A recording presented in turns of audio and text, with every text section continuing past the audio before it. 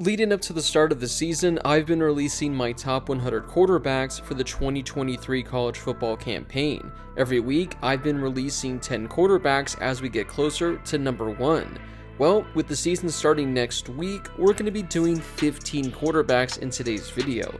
Last week, I talked about quarterbacks I had ranked 31 through 40, so today we're going to be taking a look at the quarterbacks I have ranked 16 through 30. Before we get to today's video, make sure to smash that subscribe button and turn on those notifications if you're new to my channel. If you're watching this video, odds are that you love college football, and odds are you aren't subscribed to my channel, so make sure to subscribe to one of the best college football communities here on YouTube. Also, make sure to drop a like on this video as well. It helps out with that YouTube algorithm and helps share the video with more college football fans. Plus, it only takes a second to do.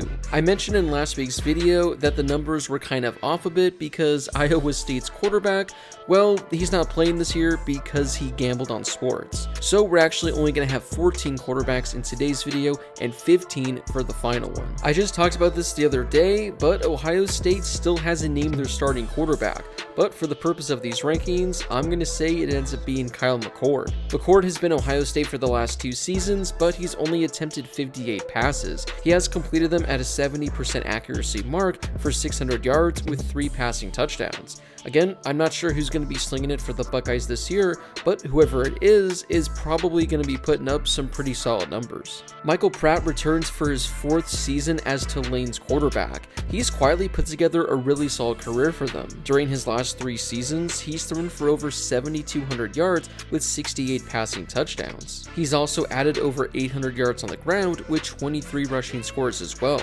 Last season was by far the best season of his career. Not only did he put up the best numbers, but he led Tulane to one of their best seasons in program history.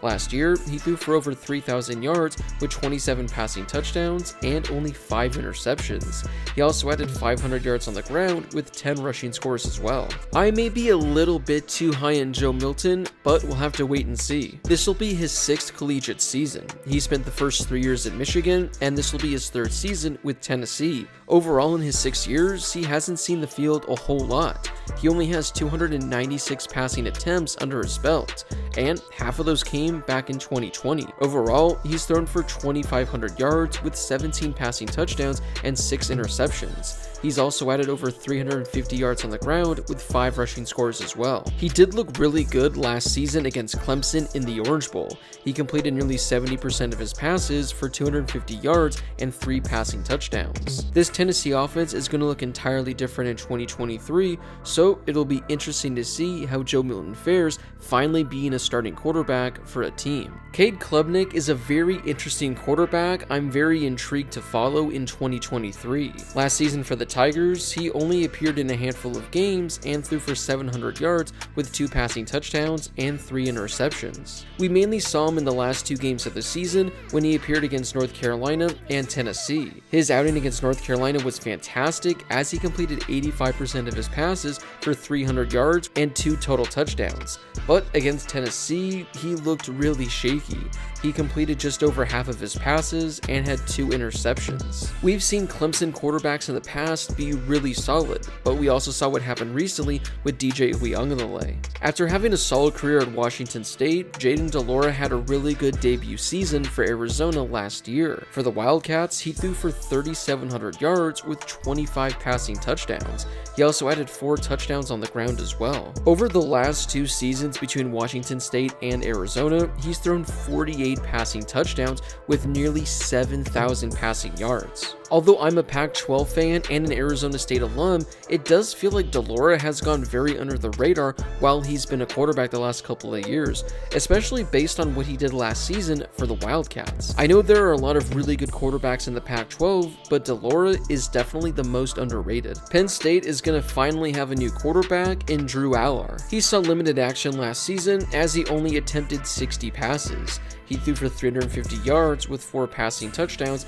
and added a rushing score as well in his limited time. His sample size is small, but the hype surrounding him and this Penn State team is insanely high entering the season. Riley Leonard was a stud last season for Duke. He was one of the better quarterbacks in all of the ACC. He was 3rd in pass completions with 250, 4th in completion percentage at 64%, 4th in the conference in passing yards with just under 3,000, and he was 5th in the conference with his 20 passing touchdowns. He also added 700 yards on the ground with 13 rushing scores, as he was one of the better dual-threat quarterbacks in all of college football.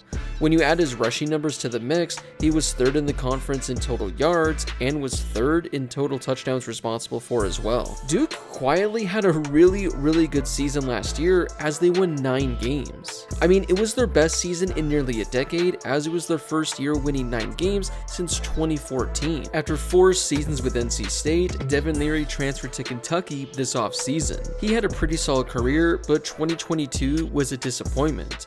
He appeared in only 6 games, throwing for 1,200 yards with 11 passing touchdowns. Last offseason, I had him as one of my Heisman sleepers after his incredible 2021 season.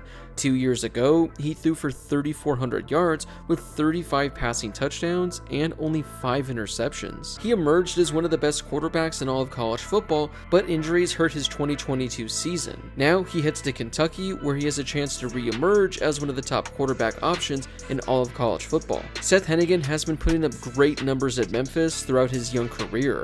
Over his first 2 seasons, he's thrown for just under 7,000 yards with 47 passing touchdowns. He's also added nearly 500 yards on the ground with 4 rushing scores as well. In his sophomore campaign in 2022, he threw for a career-high 3,600 yards. He had 22 passing touchdowns with only 8 interceptions, while adding 300 yards on the ground with 4 rushing scores. Based on the trajectory of his career, I wouldn't be surprised if he throws for 4,000 yards for the Tigers this year. Spencer Rattler is somehow still on these lists, and he has a chance to end his collegiate career with a bang. After a disappointing end to his Oklahoma tenure, he had a pretty solid debut year for the Gamecocks.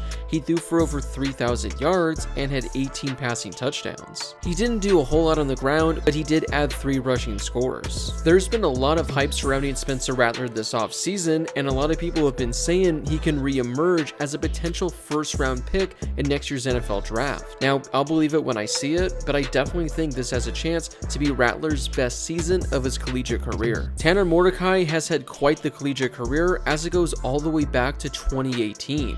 He spent 3 seasons at Oklahoma, then spent the last 2 seasons at SMU, and now he's at Wisconsin for his 3rd stop. Over the last 2 seasons, Mordecai has been arguably one of the top 5 to 10 quarterbacks in all of college football.